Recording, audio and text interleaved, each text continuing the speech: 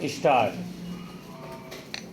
समावेशी समाज एक ऐसे समाज को कहते हैं जहां सभी सदस्यों की सक्रिय, न्यायसंगत और सम्मानजनक भागीदारी हो।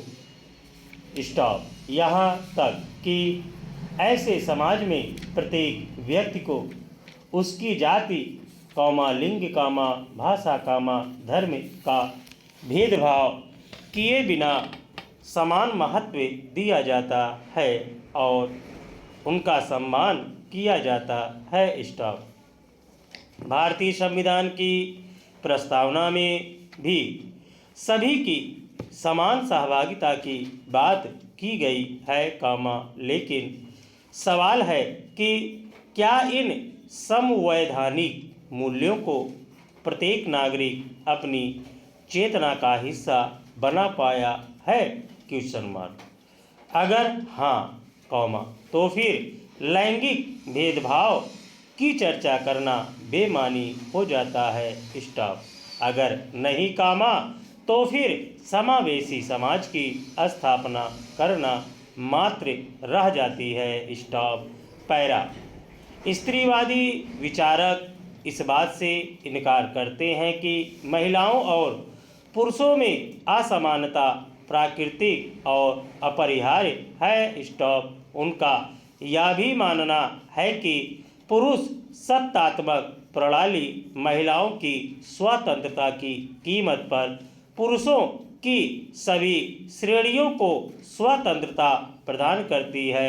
स्टॉप। इसलिए वे ज्ञान की उस व्यवस्था को भी चुनौती देते हैं, जिसे पुरुष वर्चस्व वाले समाज ने उत्पन्न किया है, क्योंकि पुरुष सत्ता से जुड़ा हुआ ज्ञान महिलाओं को ज्ञान देने वाले के रूप में स्वीकार करने में हिचकता है। स्टॉप। इसलिए आज के विकसित और स्वतंत्र आधुनिक समाज में भी लैंगिक संवेदनशीलता पर चर्चा करना महत्वपूर्ण हो गया है। स्टॉप। पैरा।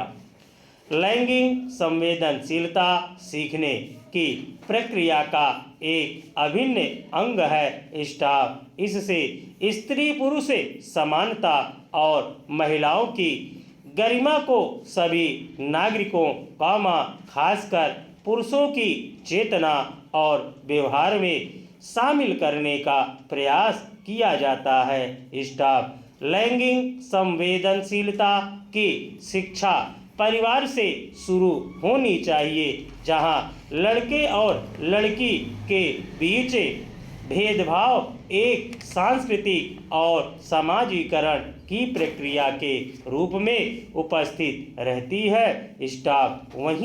वहाँ से चलती हुई यह पड़ोस, विद्यालय और पूरे समाज में विस्तार ले लेती है। स्टॉप। मीडिया और सिनेमा में स्त्री एक वस्तु बन गई है, उसकी बुद्धि और रचनात्मकता को कम आंका जाता है। स्टॉप। उसके व्यक्तित्व को शरीर, रूप, रंग और सुंदरता के आधार पर मूल्यांकित किया जाता है। स्टॉप। अगर लैंगिक संवेदनशीलता को समाज के प्रत्येक नागरिक की चेतना का हिस्सा बनाना है, तो परिवार, स्कूल, मीडिया, धर्म और राजनीति जैसी संस्थाओं द्वारा किए जाने वाले समाजीकरण में समावेशी समाज, या कहें कि संवैधानिक मूल्यों को सिखाना होगा। स्टॉप। पैरा।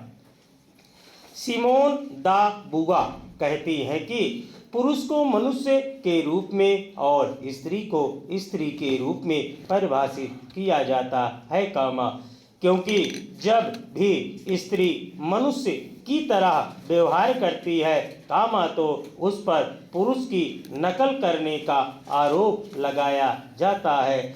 स्टॉप। इसलिए जरूरत इस बात की है कि स्त्री को पहले मनुष्य के रूप में तो स्वीकार करना शुरू किया जाए। स्टॉप।